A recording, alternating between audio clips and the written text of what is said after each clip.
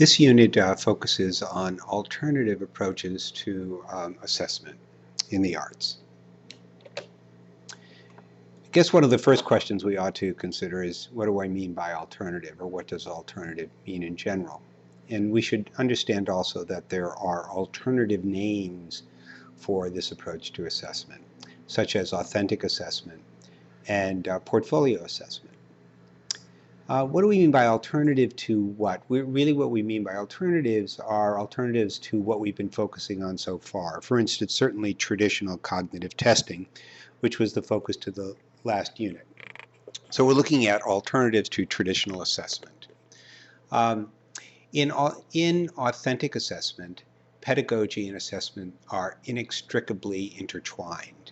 That is, you really can't tell when one starts and the other stops. Where certainly in traditional testing, there's a point where we stop teaching and we say, okay, class, we're now going to take a test, or we're now going to do performance juries, so that there is a break between the pedagogy and the pedagogy time and the assessment time. This approach, this alternative approach to assessment, requires a particular pedagogical philosophy, or the pedagogical philosophy is intertwined with this approach to assessment. And these principles are matched with the assessment philosophy, or the pedagogical philosophy. So I really think that it just as true with traditional assessment, a pedagogical approach really is tied to the approach to assessment. These alternative assessment strategies are really constructivist-based or are paired with typically instructional, cognitivist-based instructional strategies, which seek to develop higher-order thinking and problem-solving, generally in more democratically structured classrooms. So when we're thinking alternative assessment, we generally think of more student-centered instruction than teacher-centered instruction. And you'll see some of the components of authentic assessment easily are adapted to a student-centered approach. I've already mentioned how assessment should be well integrated into instruction, so there's not a clear demarcation. It's seamlessly integrated, that one doesn't stop instruction to assess, and instead the assessment process is a natural part of instruction. Wiggins, the reading material for this unit, labels such approach as educative assessment. Some of the principles that Wiggins identifies as in educative assessment are exposing students to meaningful, authentic performance tasks, thereby engaging the students. And of course, that's almost a pedagogical issue rather than an assessment issue. Another component, he suggests, is that assessment should be open rather than secretive, so that students have a clear understanding of what's expected. It shouldn't be a surprise. How many times have you taken a test and say, I didn't know this was going to be on the test? An alternative or authentic assessment approach, students should never have to ask that question. Grades should stand for something clear, stable, and valid. I think what that means really is that everybody should understand, nobody should be surprised at what the grades are, and that the student should make a connection to their performance, easily be able to make a connection between their performance and the grade they receive. Assessment is not a one-time Friday morning quiz type of event, but it should take place over time so that one's seemingly unreachable higher standards become reachable by many. In other words, if a student says, gee, I'm never going to learn that, but the instructor's role is to break down that long-term goal into sub-goals and assess during the progress towards the big goal, so that students are constantly aware how they're making progress and can see that that larger, more distant goal is reachable. One of the goals of educative assessment would be to enhance communication between the teacher and the student. Feedback for educative assessment should provide students, teachers, and administrators with a good understanding of what learning is taking place. Using terms like useful, clear, and rich, and direct are terms that should characterize communication about educative assessment. Really, one's goal as a teacher, and one might argue this is a goal of all teachers, is to enable students to self-assess and self-correct. It is important that assessment systems provide those, help develop those kinds of behaviors. When we think about it as fully functioning professionals, we need to be able to self-assess and self-correct. So fully functioning, one might argue, fully functioning adults in any area need to be able to determine when they're being successful and when they're not being successful, and also to be able to analyze, how do I change my behavior so I can be more successful? Think about that as a musician or an artist. Certainly, when we think about fully functioning musicians and artists, we think about their ability to self-correct. There's not a teacher in the room anymore. They're making their own judgments about their artistry and what behaviors they need to change to make the artistry more like what they envisioned their artistry should be, their music should be, their art should be. Educative assessment and educative pedagogy provides many opportunities for feedback over long periods of time on which the students might be working towards on a particular project that's leading to a particular standard or goal. Teachers can provide, in a sense, educative assessment is very much formative assessment, that teachers can provide interventions and adjustments to increase the likelihood of students' success in achieving the goals. As one monitors students' progress, one can provide alternative instructional sources, or some kind of tutoring in some ways, some kind of other strategies, so that students are more likely to achieve goals when the teacher perceives that the student is stuck or stagnant. What do we mean by authentic arts tasks? The general notion of authentic tasks, regardless of the discipline, is that they're real-world tasks. So if we're talking about the arts, they're real-world tasks that parallel what artists and musicians do in the real world.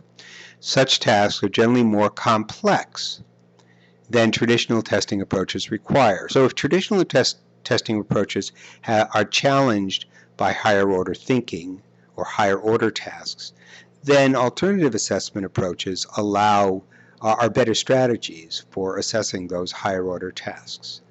One of the reasons the arts and music specifically were the kind of leaders in this area is because we've kind of always focused on complex tasks. We've always kind of focused on judging end products of artistry, music performances, art shows.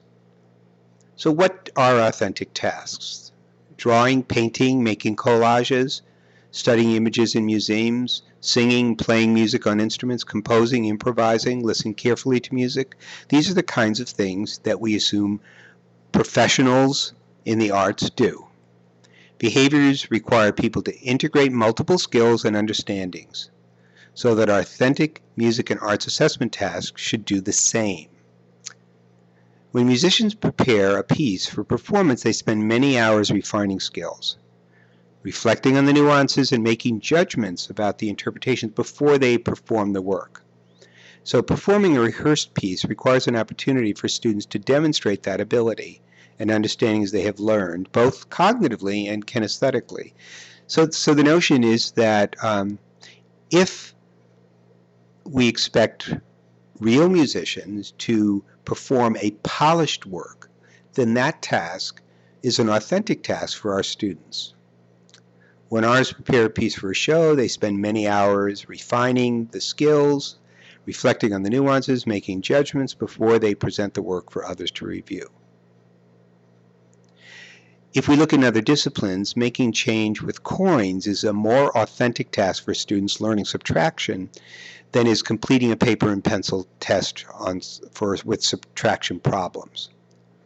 Although one could argue that completing paper and pencil math problems may be a useful component of math instruction, so it may be a sub-goal on the way to a more authentic task. Just like playing scales or learning how different paintbrushes function may be useful, in a sense, mediating goals that finally lead to an authentic task, such as painting or performing a polished piece. Assessment tasks should be tied to instruction and therefore clearly reflect instruction, so that the task can serve as a measure of success of instruction. All right, so there's this, it's not that we're abandoning, when we look at authentic tasks, we're not abandoning the notion that the teacher and the instructional strategies are tied to success on these authentic tasks. What we want to do is examine students' ability to use knowledge in other settings, in other words, to transfer skills. Maybe sight reading is an example of the ability of a student to transfer their understanding and their kinesthetic response on their instrument or in voice to another example. Sight singing, because sight singing by definition would present a new example. When pianists learn to interpret a prelude, Chopin prelude, there's the notion that they can apply that to other Chopin preludes.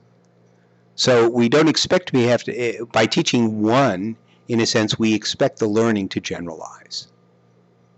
That's what, again, that's what real musicians do. Authentic tasks should measure what Wiggins might call robust learning. That is, the learning that is sufficiently secure that could be applied to new situations. So as a teacher, we can't teach all of the repertoire. We expect students to learn representative repertoire, pieces from different stylistic periods, and then be able to generalize and make their own interpretation. That would also be characteristic of authentic learning and authentic pedagogy. Students are well informed about tasks they are undertaking and about the criterion that will be used to evaluate the task. So again, it's not a surprise.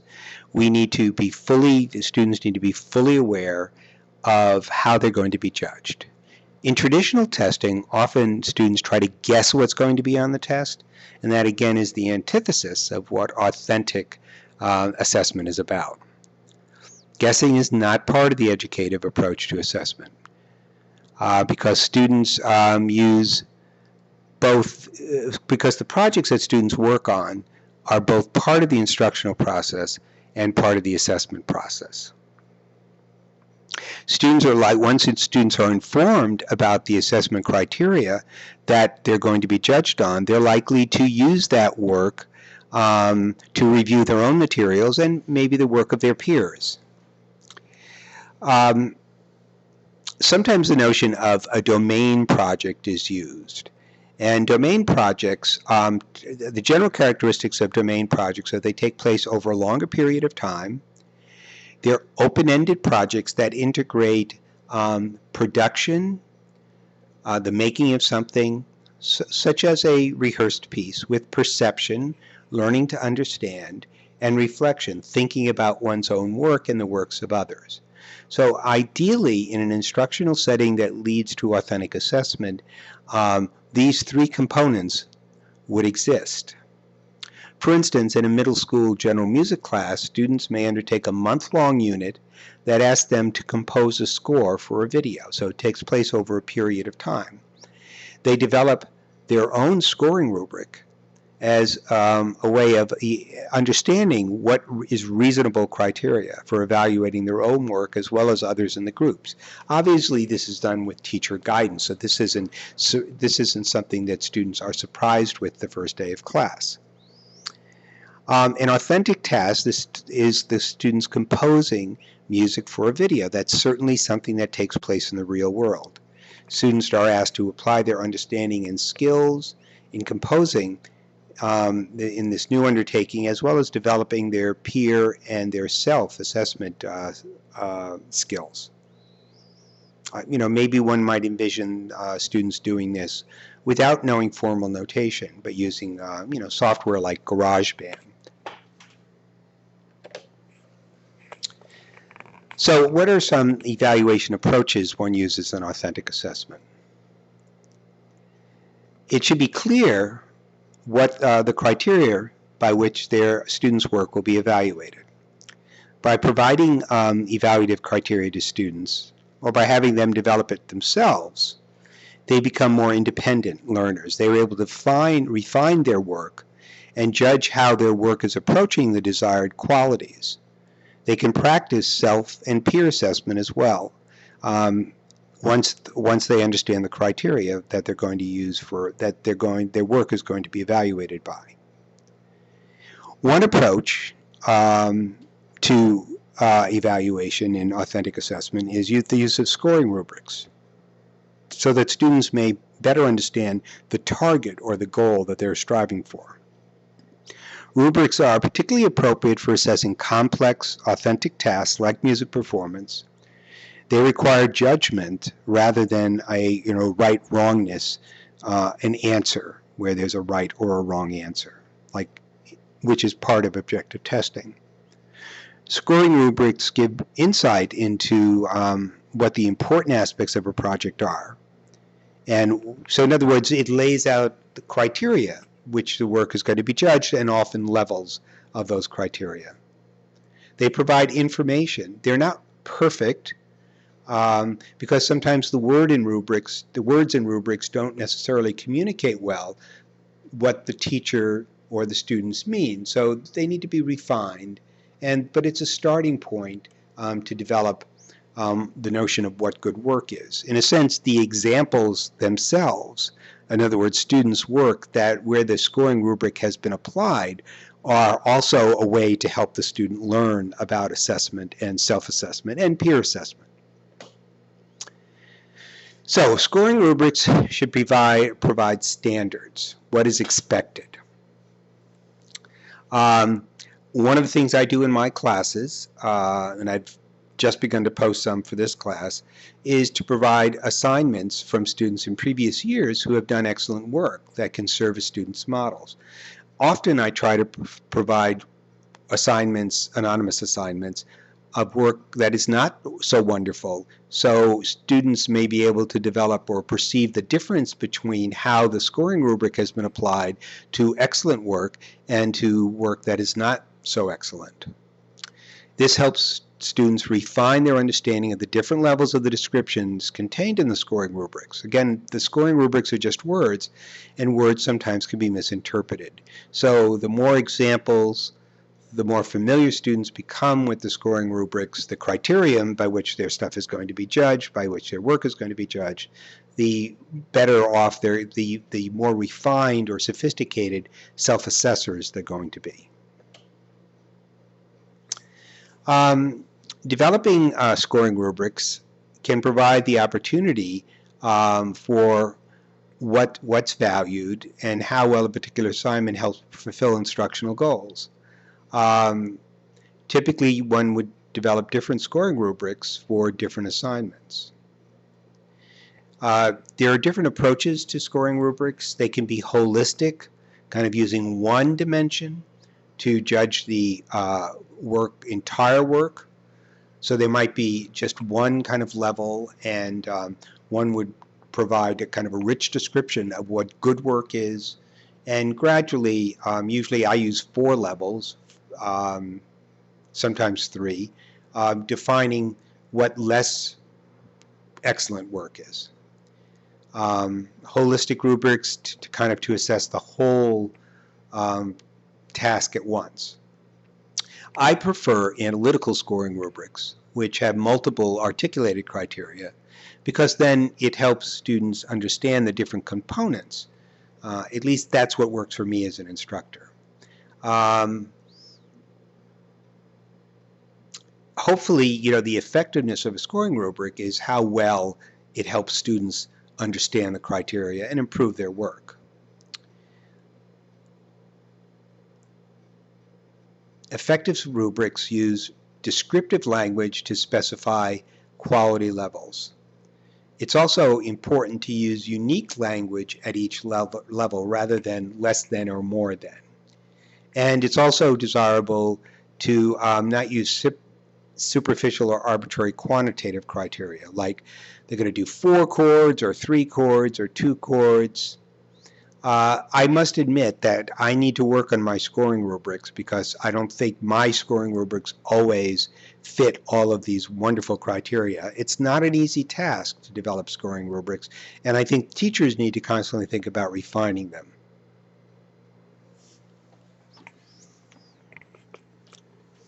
The illustration at the bottom of the slide suggests that things like stage presence, by using an articulated criteria, then the student can then the teacher and the students can decide whether there are certain factors that should or should not be part of the dimensions that are used to evaluate the assignment. So here is a traditional scoring unit, scoring rubric. Notice the terminology. This is I posted this because I think it's pretty good. Although there are some limitations. Look at the pitch. There are no errors. There are virtually no errors. And then the lowest level is fewer accurate, secure pitches. Maybe pitch is something that is kind of quantifiable. I think the language here is reasonably good. And again, as you would think about a rating scale as opposed to a scoring rubric, those are some of the differences. That rating scales are rather simple, and the statements on rating scales are rather simple. Where here, and of course we might have multiple statements that deal with each of these different categories, where here we're looking for richer, completer statements. Again, it's what communicates to the students and of course to other judges. So, trying to take a non-verbal quality like a musical performance or a painting, and then verbalize and articulate carefully the different dimensions, it's not an easy task, particularly when you're talking about a sophisticated learner, the teacher, with less sophisticated students. So how do you communicate that? And of course, part of the trick is students need to learn vocabulary. And this is certainly an aid to them learning vocabulary. So one of the things we should do is we should seek students' input to participate in the development of scoring rubrics. That increases their own ownership. They understand then what the evaluation process, and they've helped identify factors in the evaluation process.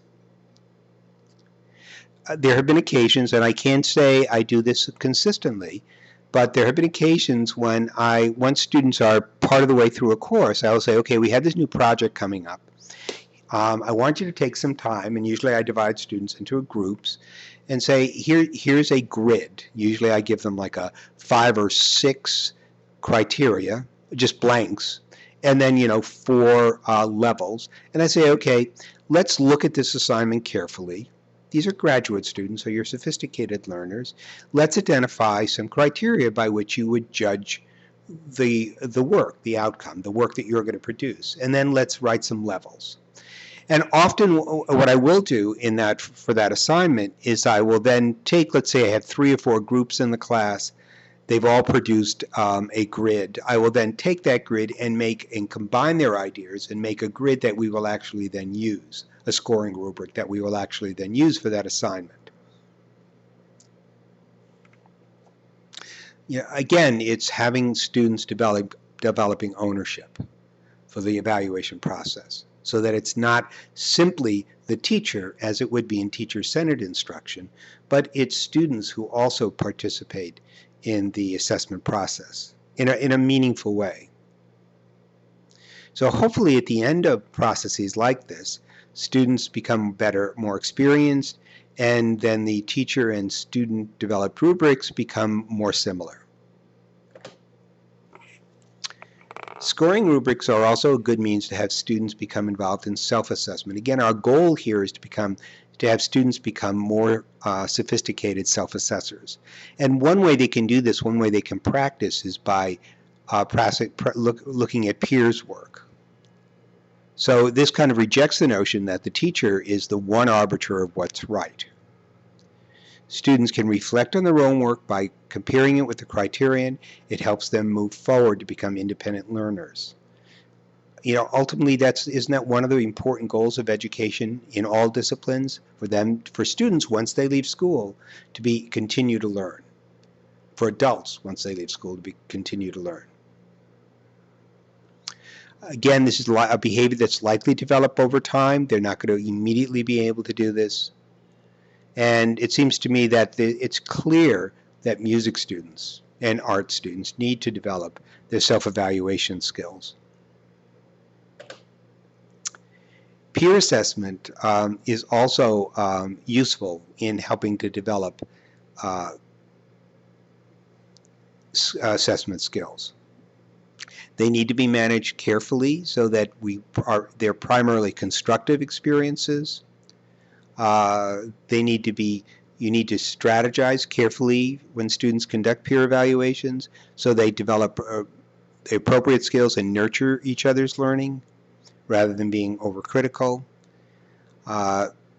Certainly there are good opportunities in music learning settings, including performance and composition classes, and it develops students' analytical skills. Just think when you serve as a judge to evaluate music performance, all the skills that you're calling upon to be an accurate and fair judge and to produce valid evaluations. Well, again, why not help your students do that? And as they become more sensitive to intonation problems and tone quality issues, doesn't that help them improve their own performance? One of the interesting issues is, how does peer assessment affect self-assessment? I actually have a student, Peggy Ho, who's working on that issue right now in her dissertation in a middle school band setting. So through the use of both quantitative and qualitative methods, this investigation her investigation tries to answer these research questions. How does peer assessment affect the validity of students' self-assessment? How does it affect the range and use of appropriate musical language used in students' assessment? And then the second major research question is, how do students feel about peer evaluations? Its effectiveness as peer feedback, its effectiveness in developing students' own self-assessment. So I think at this point she's collected the data, but we still don't have the results. But as you can see, these are important questions if one is planning on using in an instructional setting both peer and self-assessment, with the ultimate goal to develop self-assessment. So this ends this particular half, in a sense, of our visit to authentic assessment strategies. The next unit will focus on particular data gathering, if you will, approaches that are in line with the notion of self-assessment.